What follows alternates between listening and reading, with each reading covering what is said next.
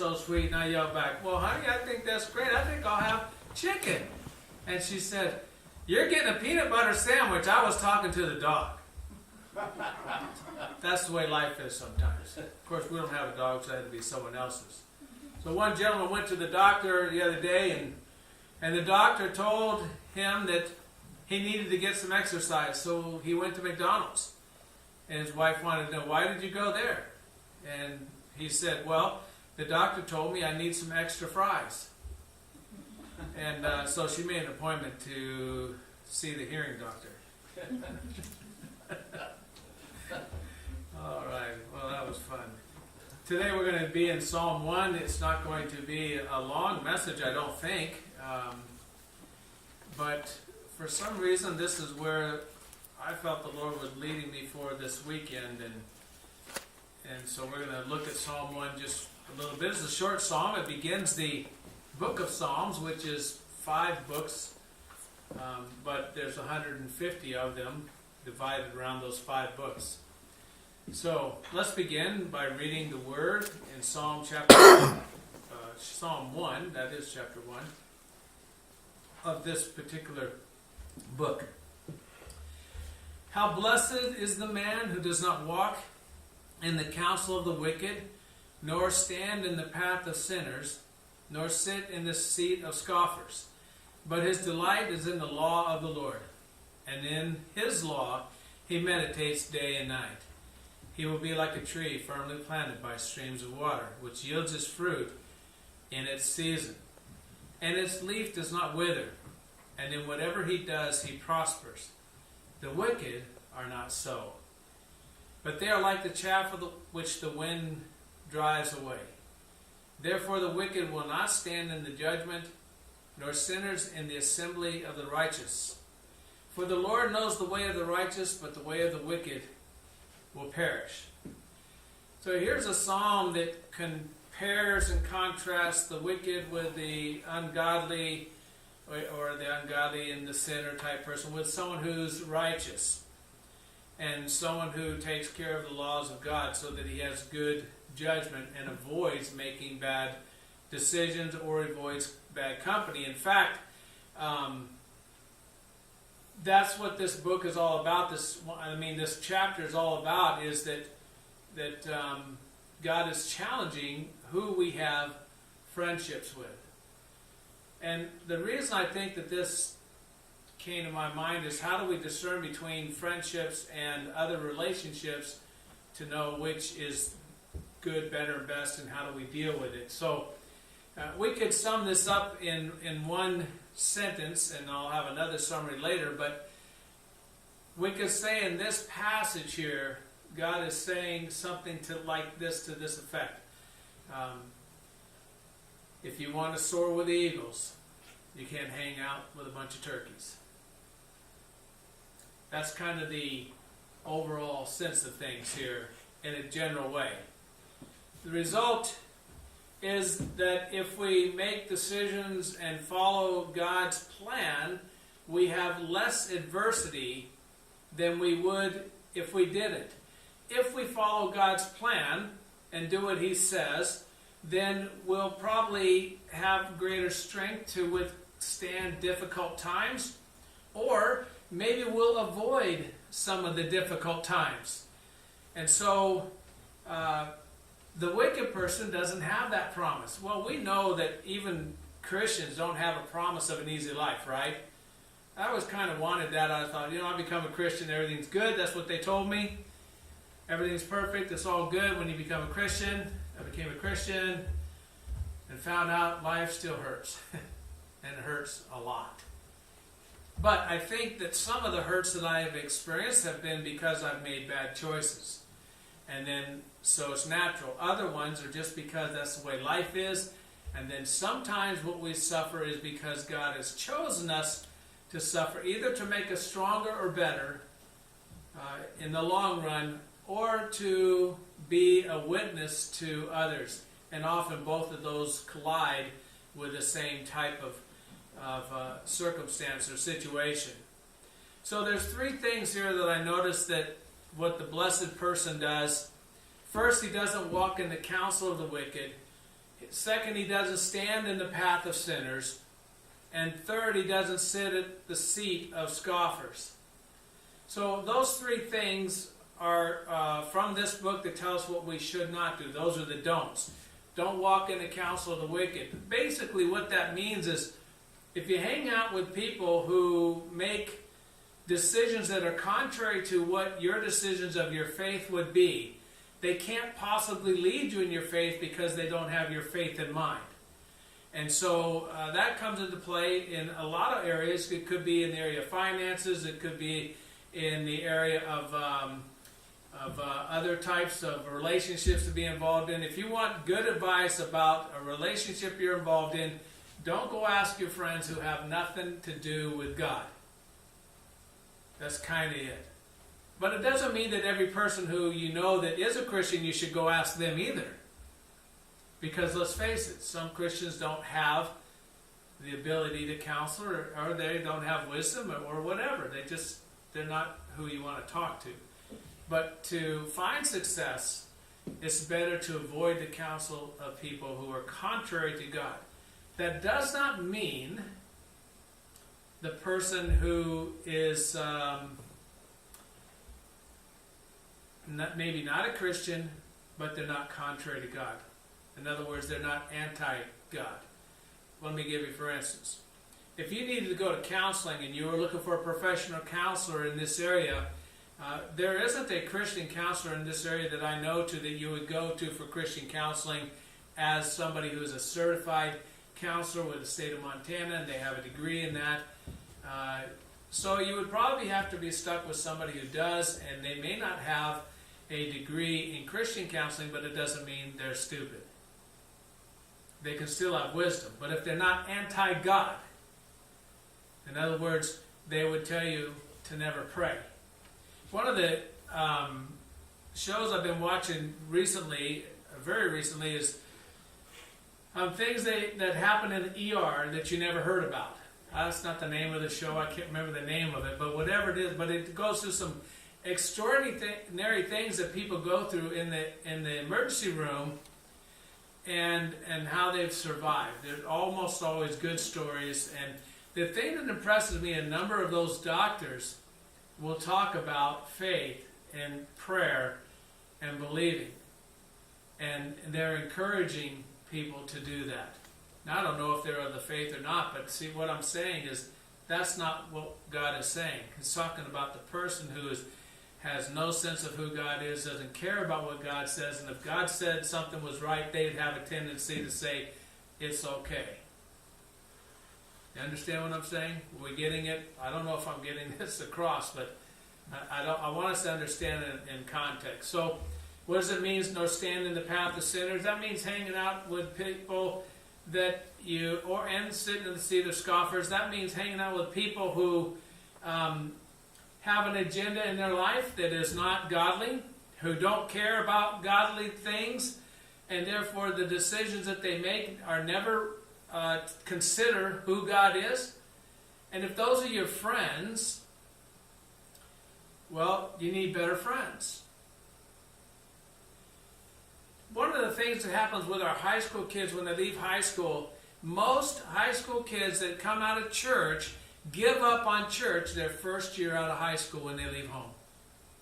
And a lot of that has to do with peer pressure and has to do with the people they hang out with because they can't find another bunch of Christian-type people to hang out with.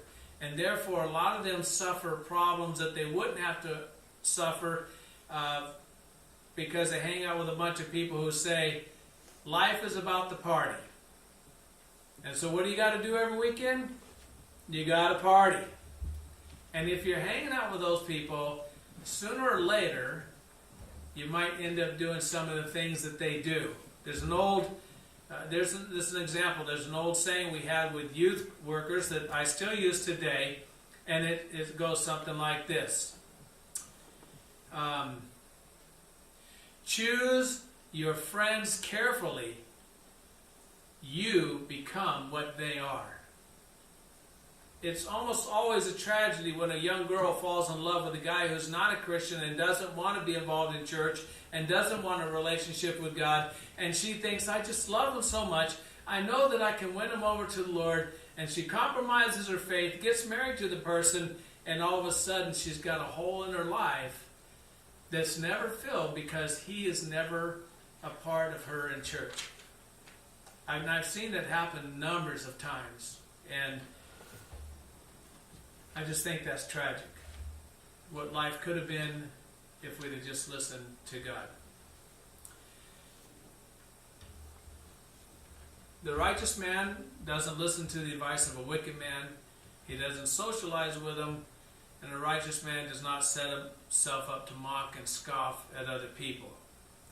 And according to the book of Proverbs, a person who mocks does not seek wise advice.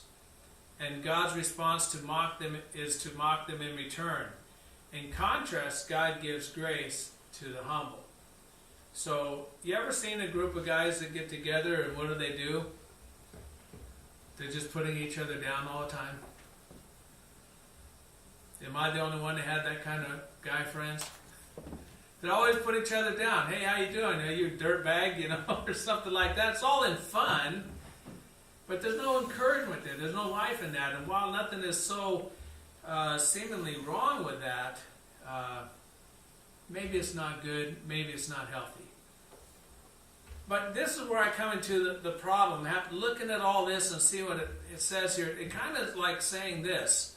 Well, if the blessed man does not walk in the counsel of the wicked, and this means a person, by the way, not just a guy, doesn't stand in the path of sinners, doesn't hang out with them, doesn't sit at the seat of the scoffers, is that telling us that we should be separate from people and not have any interaction with them?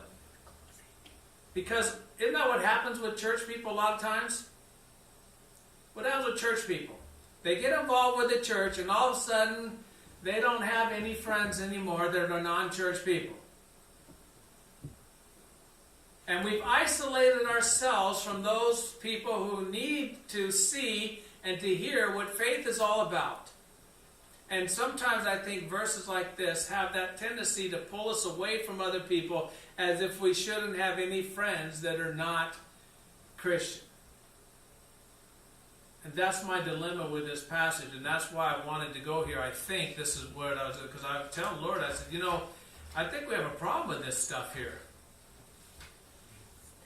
If God so loved the world, and if God wants us to reach the lost, in other words, God could on his own, he doesn't need our help in the sense of he can't do it. He could have set it up so that every time somebody walked across the doorway of a church, all of a sudden, boom, they got this holy feeling and thought, I think I should just become a Christian and change.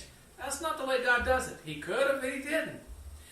There needs to be interaction and intermingling of humans with other humans, and humans who are Christians involved in the circle and the ranks of those who are not Christian.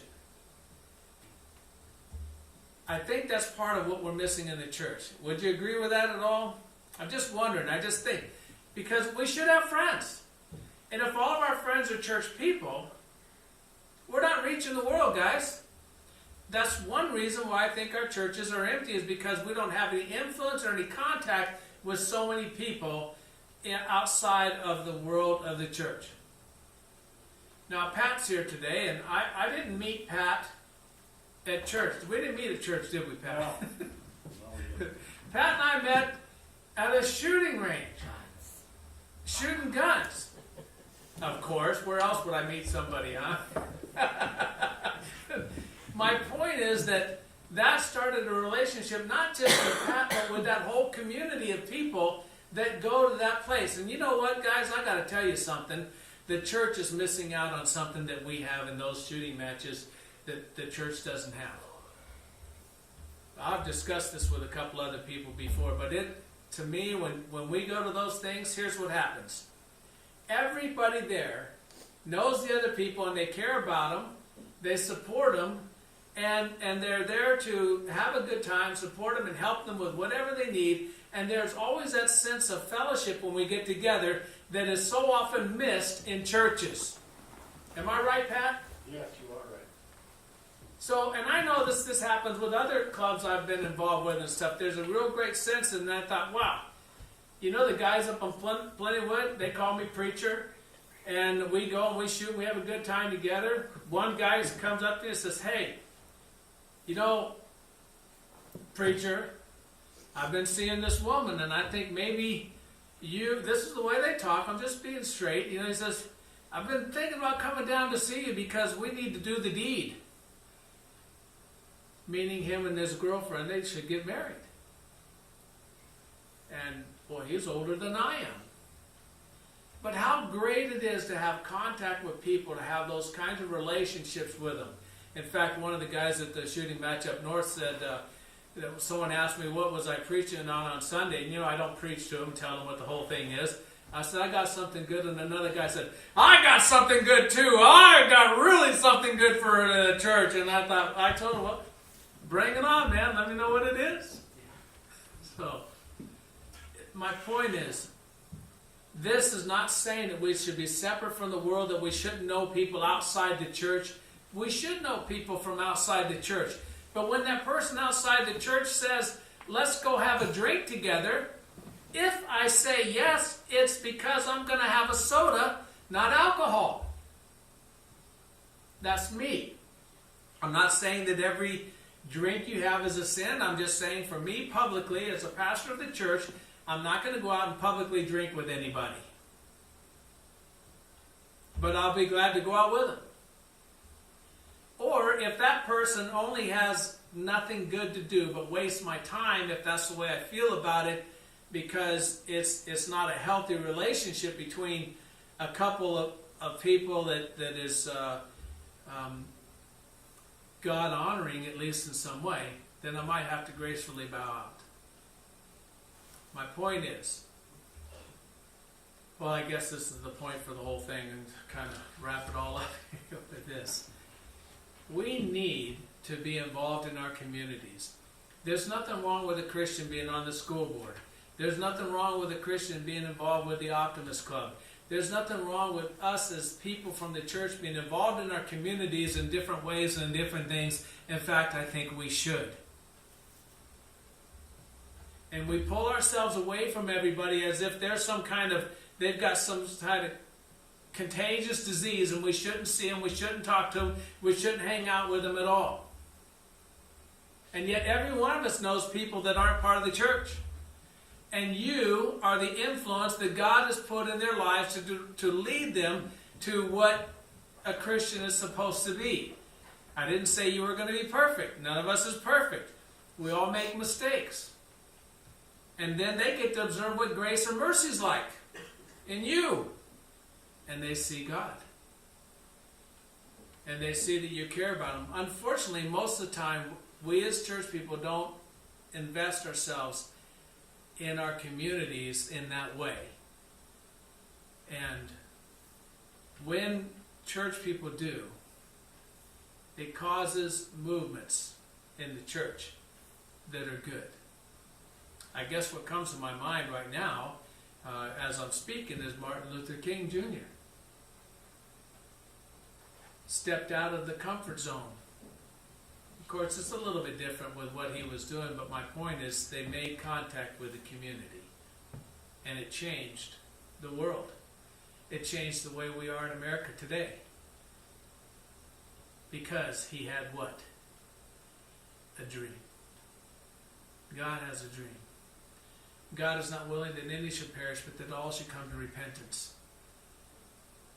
And when the world sees you and me as caring for them, like you care for anybody, they'll see Jesus. And if they see you making a distinction between that which is unholy and that which is holy, that's good for them too, because they'll see part of God.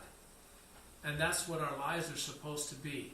Not blown by every wind of change, not drifting along with every swing of the tide, but to stand for something and not forget those who God has called us to. And the problem we're going to have in that whole thing is making time to be with other people. Now I know teachers get together in their lunchrooms and stuff like that different times. And since I taught school for 6 years, and most of that time was not positive going into the lunchroom with the teachers. But it wasn't always in the workday place with some of the guys I worked with before either. It takes somebody to be in there to be a little bit different, to help show them what life could be. That's our job, that's our responsibility. So when you look at Psalm 1, it's not talking about being away from people, it's being not involved with people in a way that they will lead you away from your faith. Those people are not your friends, and those people are not healthy for you. And so you have to draw a line. Draw it there, but let's not avoid getting to know the people around us, our neighbors, people that don't go to church, who you are the only person they're going to see what church is about. Show them what it's like. Be happy, be encouraging, be supporting, and be a good friend.